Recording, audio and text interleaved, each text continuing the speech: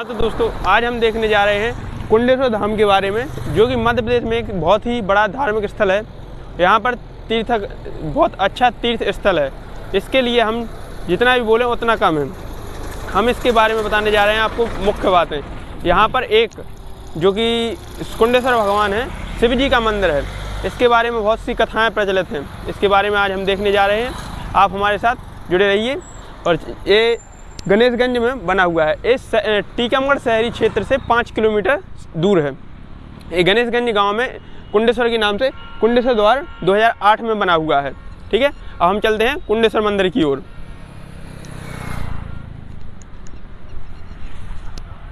हाँ तो दोस्तों आ चुके हैं हम कुंडेश्वर धाम मंदिर में। यह भोलेनाथ की नगरी है। यह बुंदेलखंड एरिया में सबसे प्रसिद्ध मंदिर है। मध्य प्रदेश के तीर्थ स्थल में सबसे ज़्यादा महत्व इसका रहा है। इसके बारे में हम मुख्य कहानियों के बारे में ऐसा माना जाता है कि वर्ष भर में 1 इंच एक चावल के दाने जितना इसका साइज बढ़ जाता है। इसके अंदर जो शिवलिंग बना हुआ है वह आज से 1200 साल पुराना है। हज़ारों साल पुराना मंदिर है। चलिए इसकी कहानी सुनाने के लिए हम इसके पीछे एक कुंड बना हुआ है मंदिर के पीछे, उसकी ओर ले चलते हैं। हाँ तो दोस्तों ये कुंड है कुंडेश्वर मंदिर का, और ये रहा कुंडेश्वर मंदिर के पीछे का हिस्सा जो आपको दिख रहा है। यहाँ पे कुंडेश्वर मंदिर का पीछे का हिस्सा है। यहाँ से हम चढ़ के ऊपर जा सकते हैं। और इसके बाद है जो इस साइड दिख रहा है आपको, ये पीछे साइड सड़क से आने का एरिया है। ठीक है, ये जो निकली है धसान नदी निकली है यहाँ से, ये अपना कुंड है। हाँ तो दोस्तों इसका मानना ऐसा है कि जो ये पीछे कुंड बना हुआ है, एक राक्षस हुआ है बाड़ासुर नाम का। बाड़ासुर नाम के राक्षस की पुत्री थी, उसका नाम था उषा। उषा यहाँ पर आया करती थी, जो अपने पिता को बिना बताए आया करती थी। इस कुंड के अंदर जाकर वो शंकर जी की उपासना किया करती थी। एक दिन उन्हें बाड़ासुर को पता चला कि हमारी बेटी कहाँ जाती है, तो वो पीछे पीछे आए और पीछे पीछे आकर इस कुंड तक आए। तो जो उषा थी, उषा तो इस कुंड के अंदर चली गई और जो बाड़ासुर था उसको रास्ता दिखाई नहीं दिया, तो वो यहाँ पर बैठा रहा बाड़ासुर। और बाड़ासुर जब तक बैठा रहा जब तक उषा बाहर ना आ गई। उषा के बाहर आने के बाद पूछा तुम यहाँ पर क्या कर रही थी, तो उन्होंने बताया कि जो मैं यहाँ पर शंकर जी की उपासना करने आई थी। फिर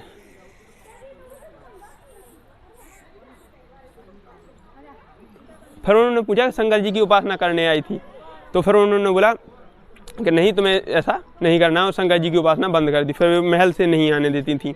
जैसे ही उन्होंने देखा कि अब शंकर जी के पास नहीं आती हैं उषा फिर आना बंद कर दिया। और फिर उषा ने बोला कि महादेव जी या शंकर जी, मैं कुंड तक नहीं आ सकती, आप ही कुंड से बाहर आ जाइए।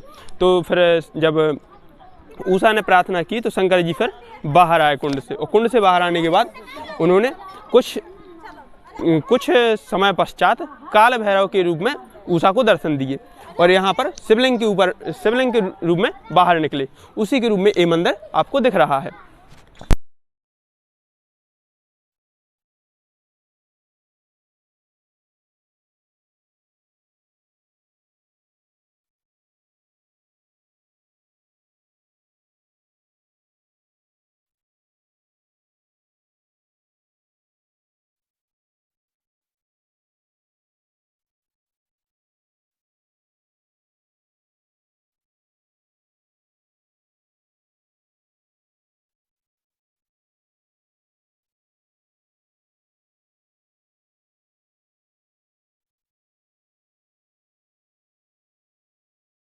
हाँ तो दोस्तों ये हमारा कुंडेश्वर मंदिर है।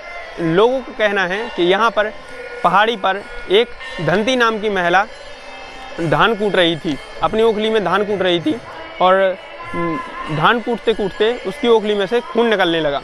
और खून पर उसने पीतल का बर्तन औंधा कर और लोगों को बताने चली गई।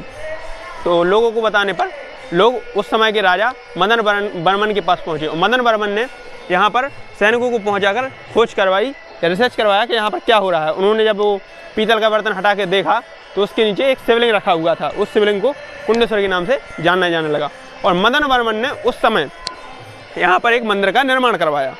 फिर तत्पश्चात 1204 जो यहाँ पर आप देख सकते हैं कि ये बना है एक ये नंदी के ऊपर लिखा है कि 1204 ईस्वी में ये नंदी की स्थापना हुई थी 1204 संबंध में।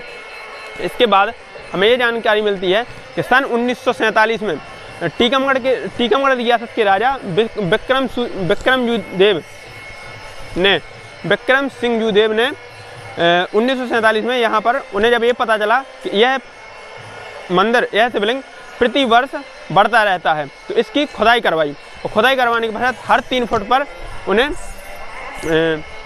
नीलहरी वो कहलाते हैं जलहरी प्राप्त हुई। हर 3 फुट पर उन्हें 7 जलहरी प्राप्त हुई और उसके तत्पश्चात रात को उनके सपने में भोलेनाथ ने दर्शन दिए। महादेव के कहने पर उन्होंने तुरंत खुदाई बंद करवा दी। उसके पश्चात विक्रम देव ने यहाँ पर मंदिर का निर्माण आगे बढ़वाया और इस मंदिर का मुख्य जब मेला भरता है, मंदिर पे आने का जो समय है वह है सावन का महीना। सावन के महीने में यहाँ पर बहुत सारी भीड़ लगी होती है। सावन के महीने में यहाँ पर पुण्य किया जाता है, श्राद्ध किए जाते हैं। हमने मंदिर के पीछे जाकर जो देखा वहाँ पर नहाने की व्यवस्था की गई है दोस्तों। और आगे देखेंगे इसके कि जो मकर संक्रांति आ रही है अभी, मकर संक्रांति पर भी यहाँ पर एक मेला भरा जाता है जिसको कुंडेश्वर के मेला के नाम से जाना जाता है। यहाँ पर बहुत दूर दूर से श्रद्धालु आते हैं, पूरे बुंदेलखंड एरिया के श्रद्धालु, जो यहाँ पर 13वें ज्योतिर्लिंग के रूप में माना जाता है। यहाँ पर 13वें महादेव भारत में सबसे प्रमुख मंदिरों में से एक गिना जाता है। यहाँ जो बगल में एक बना हुआ है, जो 2 मंजिल इमारत है, वहाँ पर म्यूजियम नाम का दिया गया है उसे। म्यूजियम में ये है दोस्तों कि जब यहाँ की खुदाई की गई और जो मूर्तियाँ प्राप्त हुई तो वे मूर्तियाँ वहाँ पर रखी हैं।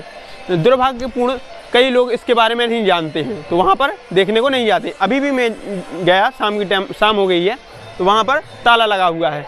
हम अगली वीडियो में आपको शायद हो कि वो दिखा सकें।